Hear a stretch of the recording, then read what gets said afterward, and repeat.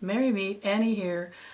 I had a lot of people who were interested in the rice ash video where I showed you how you can use it rather than using salt or sand.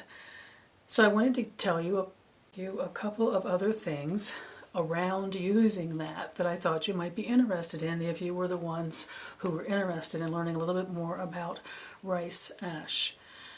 This process, this first thing I'm going to show you, is about burying charcoal in the ash. The advantage of doing this is, the first thing is, like I told you before, it will never get hot. It'll be easy to hold because of the air, the fluffiness of the rice ash. The other thing is, you cover the charcoal with some of the rice ash, so the incense you add is never directly on the charcoal. Now, I'd also like to share the benefit of using Willow charcoal. This is the box of the brand that I have been getting. I think I've been getting these from Sensia.com, S-E-N-S-I-A.com. I hope I remember that correctly. You can get it other places too, but that's where I found a good deal on it the last time I bought it. The advantage of using these, which are usually stocked, originally they were being used mostly just by practitioners of the Japanese incense ceremonies and using a very spiritual and ancient technique of working with incense. So they look a little different. They are charcoal, but they have no chemicals in them. They're pure charcoal, and they are willow. And here's the process of how I would do this using my rice ash. First thing I want to do is I want to fluff my rice ash a little bit. It was just used recently, so I want to make sure that there is air in it. So I'm just moving it around and making sure that it's been fluffed. Now what I like to do is then, I happen to know that the bottom of this container fits perfectly inside here, because what I like to do is just very carefully, I'm not actually resting it on there, because if I did it would compact it way down, but I like to compact it down just enough so that it's a little bit down into the bowl. And then I'm going to dig a little tiny hole in the middle of that. So I've just made a little tiny ditch in the middle of it. So I'm going to take the incense and I'm going to light it.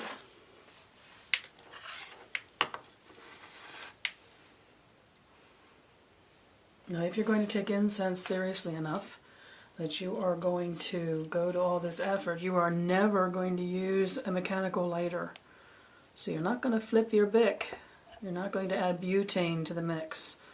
What I'm doing is I'm just slowly moving the briquette back and forth over the flame to get it evenly heated from the bottom. I'm checking to see how it's lit.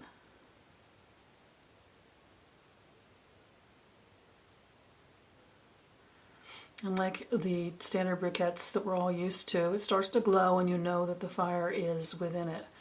And I like to take a little bit of my own magic, my own personal power, and I always blow on it a little bit. I'll do that off camera because I can't bend into the camera without burning my nose on the candle.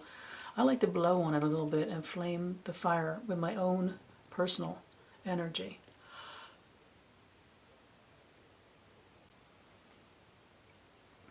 And then you simply drop it into the rice. And one of the reasons why I like to compact it a little bit is you can drop it into this rice and it will disappear way down into it. So by compacting a little bit, it is pretty much on the top of it, which you can see here. Now you patiently give it just a little bit of time so that you know it is well along and is glowing a bit. While I'm waiting for that, I do like to use a bone incense spoon, and as you can see, a very well used, rusty around the edges and burnt incense tongs, which the benefit of those also has a pick at the other end. You can use it to stir this up. You can use it to aerate your incense briquette to get air into it if you feel like you need to get air into it. But to me, those tools are something that over the year I have come to where I do not want to give them up. Let me check and see where we are.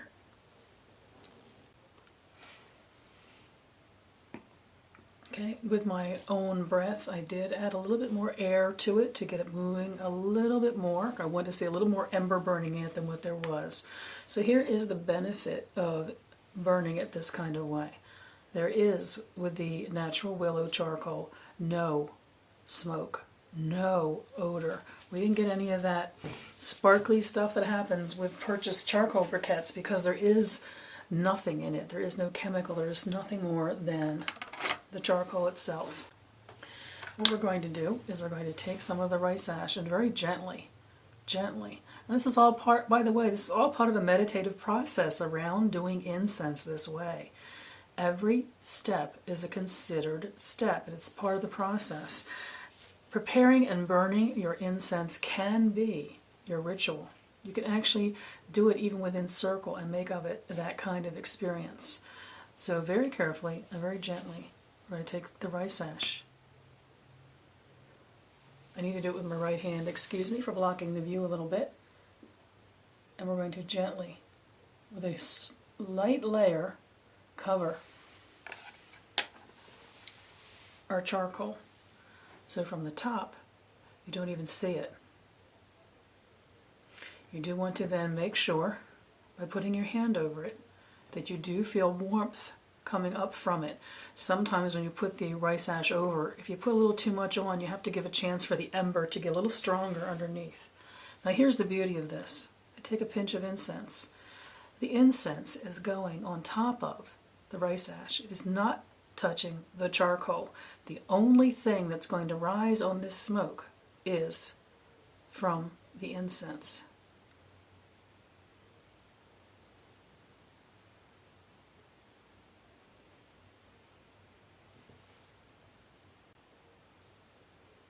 One of the things I like about this is in the silence here while we waited for it to catch is the power of laying incense on this and waiting for the smoke to begin to rise. You anticipate it, you know what you've called for, you know what's going to rise up from it, and you wait patiently for that to happen. And if, as in this case, I feel the heat coming up, but my incense has just not quite caught, take the end of your incense stick to give a little bit of an aeration to the rice ash that you have over top the charcoal.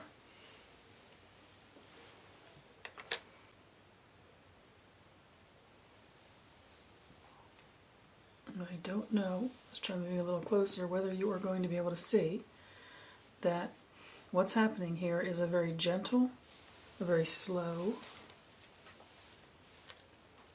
smooth rising of the smoke from that incense. So what happens here is not that powerful puff of asphyxiating smoke, which, by the way, I love under certain circumstances. What's happening here is something which is very gentle, and it's very smooth, and you put a little bit on a time, and then when it's burned, the charcoal usually stays hot for 45 minutes to an hour. So later on in your ritual or later on in your meditations, at any point at which you want to reinforce the scent from your incense, you just take more and add it to it. It's a very gentle, beautiful way of experiencing incense and a very pure way of experiencing incense. And the power of it is that incense is now burning itself. As part of it will heat up and catch, it then burns itself. That is what you're smelling. You are not smelling anything but the incense that you've worked so hard to make.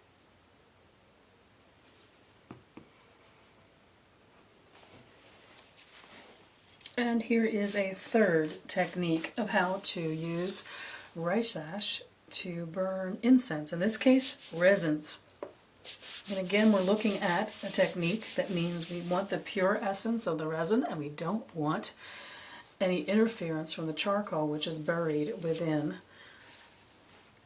the rice ash. Now what I did is, which is a good thing to know, I took off what little bit of incense was still burning on top of the rice ash. If you are done with it, you want to stop for the time being, you just push it aside and then you can add more as you want to. I want to take the end of my incense tongs. I'm creating a couple little air holes over top of the charcoal ember which is burning inside. Then I'm going to use a mica screen.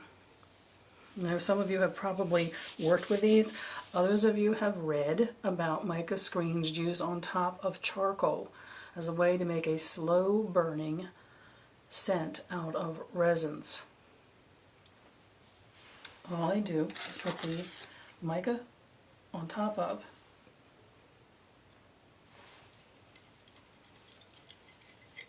the charcoal diskette, making sure that it's even. Now the advantage you have of using this is the buffer between the rice ash and the ember itself means that there's air moving and the ember keeps going. You're not putting it directly on the flame, and you're going to use your finger, and you can tell when your mica screen has warmed up from the fire that's underneath. It's indirect fire, mind you, because the charcoal ember is buried down just a little bit. Now the interesting thing about this is most resins will burn very, very slowly. Some resins won't even actually burn in the sense of they catch on fire and they burn. There's almost a slow, steady, odor-releasing thing that happens with the heat that's rising up from underneath. Now, if you can see this, the black that you see is the resin beginning to melt and heat, and there is now some smoke coming off of the resin. So as you will see, it is not the dramatic, flaming, snapping resin spitting that you get when you drop it onto a charcoal diskette in the other way of burning incense. It's almost like a slow simmer. And believe me, the aroma from this resin is already just all over the place. I don't know, sorry about the lighting, I don't know if you can see the smoke that's coming off, but there is a gentle smoke coming off of that resin as it simmers on top of that mica chip.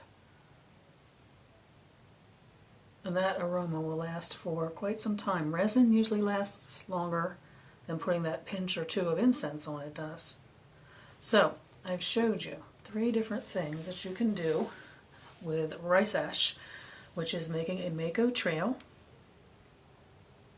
burying your charcoal diskette in the rice ash, and I highly recommend using the Willow charcoal, all natural, and then sprinkling your incense on top of that. And then I'm showing you in this instance the placement of the mica screen on top of the rice ash to use as a burner for resins. So those are 3 things I know to do, burning incense with rice ash.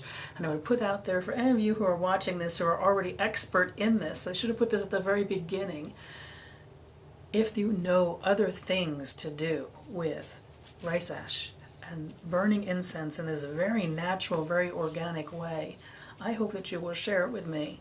These are the 3 things I know to do and have been experimenting with over the last several years. This was not part of my early incense training. It's something I've learned, the old dog learning new tricks. And it is just a beautiful, wonderful thing to do. And of course, if you're very courageous and according to the nature of what you're doing, it can be very interesting to use your resin, which is always a base, what lies underneath the heaviness of an incense, to start out with that burning on your mica chip and then add a little bit of the incense that you may have created for a certain effect, for a certain part of your ritual. You can blend as you're doing this.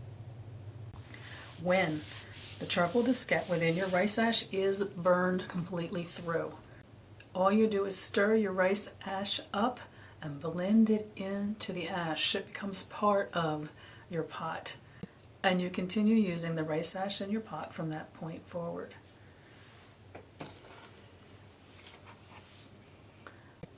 I wish you mirth and reverence. Merry part.